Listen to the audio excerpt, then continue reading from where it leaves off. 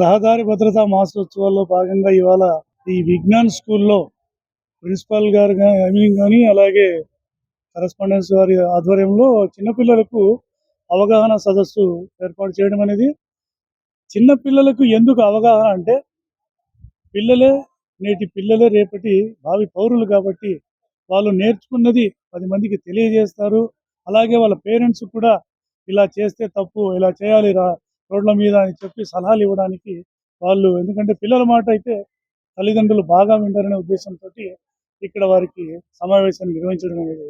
ముఖ్యంగా ఒక ప్రమాదం అనేది ఒక వ్యక్తి మరణం కాదు, ఒక వ్యక్తి ఇంజురీస్ కాదు, ఒక ఆ వ్యక్తి యొక్క కుటుంబము రోడ్డున పడుతుంది కాబట్టి వారి భవిష్యత్తుని, వారి కుటుంబ భారం వీరిదే కాబట్టి పిల్లలను ఎంత ఆప్యాయంగా చూసుకుంటూ ఉంటారో అలాంటి తల్లిదండ్రులే రోడ్డు ప్రమాదాల్లో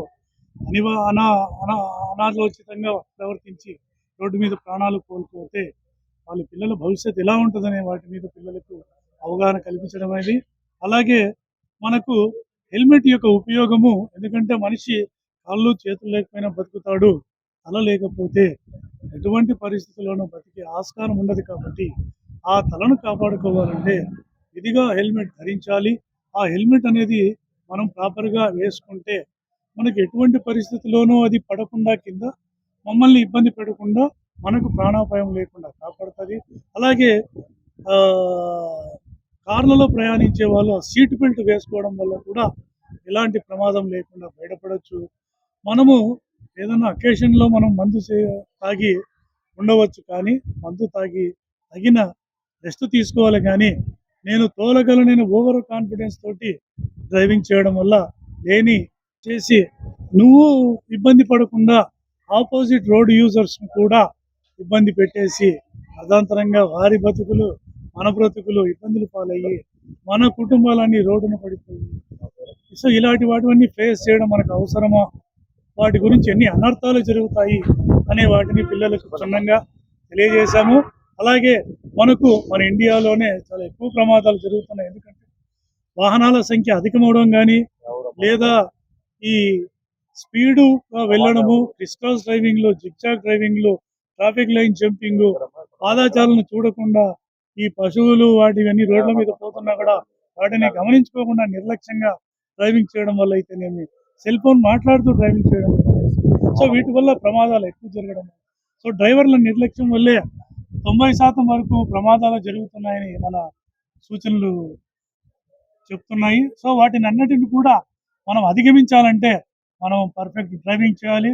డ్రైవింగ్ని ఏదైనా చేసేటప్పుడు ఇష్టంగా చేయాలి, కానీ కష్టంగా చేయకూడదు ఎప్పుడే కానీ. ఎందుకంటే మీతోటి ప్రయాణికుల ప్రాణాలు కూడా మీ చేతుల్లోనే ఉంటాయి కాబట్టి ముఖ్యంగా అది ఆలోచిస్తూ వారి భవిష్యత్తును దృష్టిలో పెట్టుకొని డ్రైవింగ్ చేయాలి. అలాగే మనము అధికంగా ప్యాసింజర్లు ఎక్కించుకోవడము, అధికంగా లోడుని ఎక్కించుకోవడము, ఓవర్ స్పీడ్ పోవడము, కండిషన్లలో బండిని లేకుండా బండిని రోడ్ల మీద తీసుకురావడము, సరైన కాగితాలు లేకుండా, సరైన లైసెన్స్ లేకుండా, అంటే మనకు జీవితాంతం వ్యాలిడిటీ ఉండదు లైసెన్స్.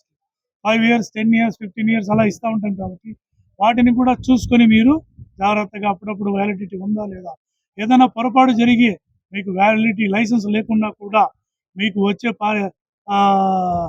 కాంపెన్సేషన్ రాదు, ఇన్సూరెన్స్ నుంచి మన చేతుల నుంచి కట్టుకోవాల్సి వస్తుంది. కాబట్టి మీరు అన్ని కాగితాలు కూడా ఇన్సూరెన్స్తో సహా జాగ్రత్తగా ఉంచుకోవాలని తెలియజేస్తున్నాం. అలాగే ఏదైనా ఆ వాహనం గురించి మనకు తెలియనప్పుడు పోలీస్ వారి నుంచి కానీ, రెవెన్యూ వారి నుంచి కానీ మనకు వారికి ఇబ్బంది లేకుండా పారితోషికం వస్తుంది. సో ఇలాంటి స్కీము కొత్తగా మనకు సెంట్రల్ గవర్నమెంట్ నుంచి పొందుపరిచారు. అలాగే గుడ్ సమరిటన్ అంటే మనకు రహవీర్ అంటాడు, అంటే రహదారిలో ఏదైతే మనం సాయం చేస్తామో అలాంటి వ్యక్తిని రహవీర్ అనే పేరుతోటి పిలుస్తారు.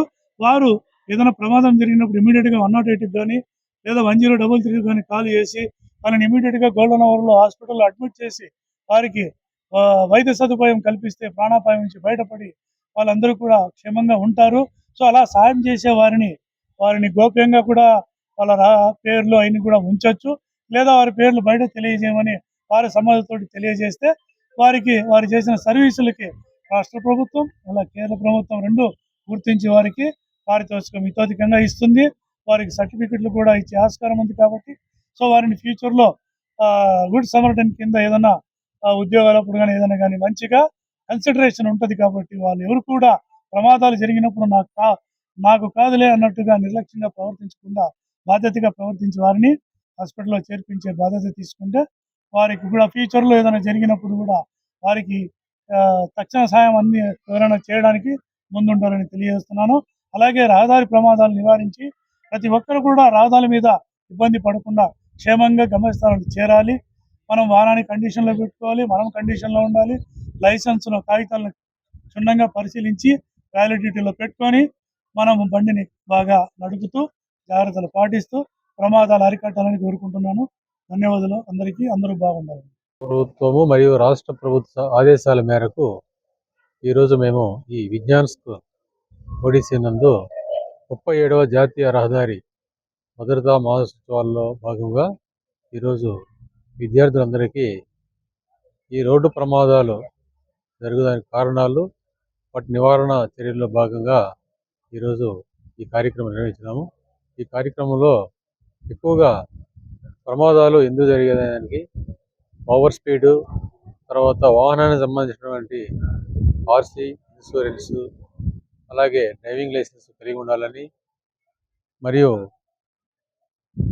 హెల్మెట్ల గురించి, హెల్మెట్ ధరిస్తే ఎంత ప్రయోజనాలు ఉంటాయి, అదేవిధంగా కారులో ప్రయాణం చేసేటప్పుడు సీట్ బెల్ట్ వేసుకోవాలని, డ్రైవర్తో పాటు మిగతా ప్యాసింజర్లు కూడా హెల్మెట్ వేసుకోవాలని, మరియు సెల్ ఫోన్ల గురించి కూడా సెల్ ఫోన్ దానివల్ల జరిగే ఉపయోగము మరియు అనర్థాల గురించి కూడా చెప్పడమైనది.